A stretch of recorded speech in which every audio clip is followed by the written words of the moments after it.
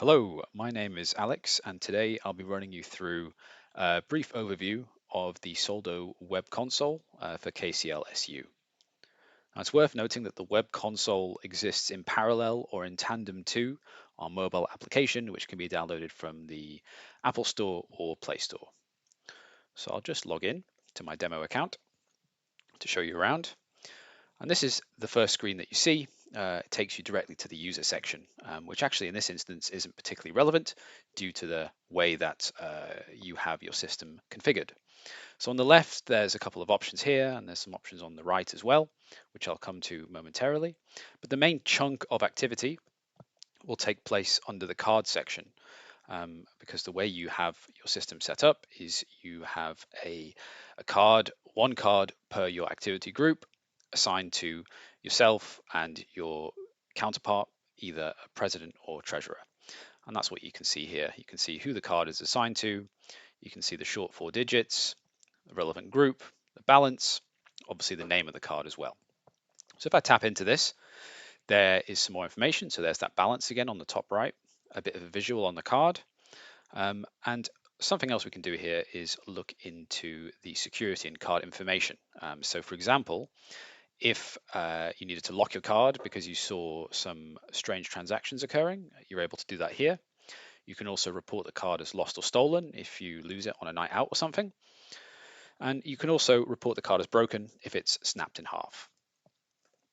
Under card info, you can see the PIN if you needed a reminder of that. And you can also access the card details as well, which would be the long 16-digit number and the CVV, which can be used for online purchases. So below that, we also get an overview of some of the most recent transactions. You can have a look at rules. You can see who else is assigned to the card. And importantly, we can see activity on the card. Now, there's not a lot of activity here, but I'll just click into one of these to show you what needs to be done.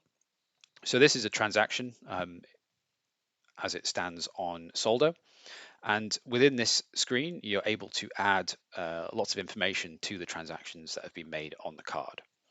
So the first of which is an attachment, which if you're using a laptop or desktop, you'll be able to attach that picture directly from your device's memory. You're able to download that if you want it again, and you can also delete that image as well. The next step is to add a note, which is mandatory, and you can tell things are mandatory by the little red icon which appears next to each of the sections here. So to add a note here, Baker Street News, I guess this was a magazine purchase for a session.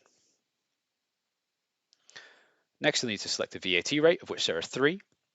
So I'll say it's a standard. You can see that changes there. You're also advised to please use the company tag for the expense type. We also offer travel and entertainment and personal, but for this use case, please do select company. You can also select who actually made the transaction because there are 2 of you assigned to this one card. You can select the relevant group. So there is the Film Society that I'm a member of. And finally, you can assign a GL code, of which there are 4. So nice and simple. So I'll just add that to the transaction. Below that, there's some more information about the transaction itself, including a bit of a history as to when things were authorized and settled. And right down at the bottom, there's a link to speak or chat with our support team who are ready to assist with any questions that you might have. So that's essentially a fully filled in transaction. I'll just close this and refresh. Go back into that card again. And you can see now that lists, the owner, and the attachment have all been filled in. So the idea is whenever you make a transaction, you could either go onto the app and do this on your phone, or you'll be able to log into the web console and do this on your browser. So that should hopefully be pretty simple. Now there are a couple of other elements on the UI here, which I'll just cover off. So on the left-hand side, there's a couple of options here that you wouldn't need to worry about. Request, peer-to-peer spend, subscriptions, online ads are not relevant. You can't really do anything with them. The main section, as I said, is the card section where you'll be able to see the activity and tag those transactions.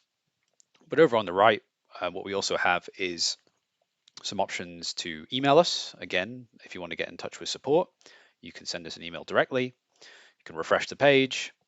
You can also initiate live chat.